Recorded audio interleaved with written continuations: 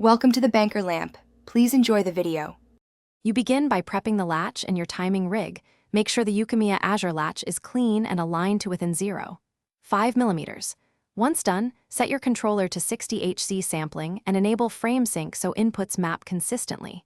Next, put the latch in the neutral position and record 3 baseline cycles to capture natural timing. This baseline shows you drift and jitter, so you know what to correct. Keep tools ready, calipers, stopwatch, or a frame-accurate recorder, because accuracy matters here.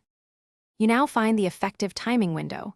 Use frame data to identify the open-to-close millisecond range where the latch responds reliably.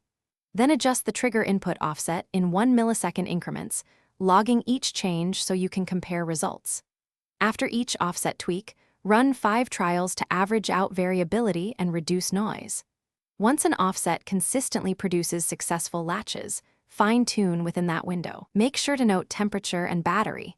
They change timing subtly, so control those variables when possible. You finish by locking in the optimal input offset and saving the profile, then validate with a 30-cycle run to confirm stability across conditions. If you encounter intermittent failures, check alignment, debounce settings, and power stability. Those are the usual culprits.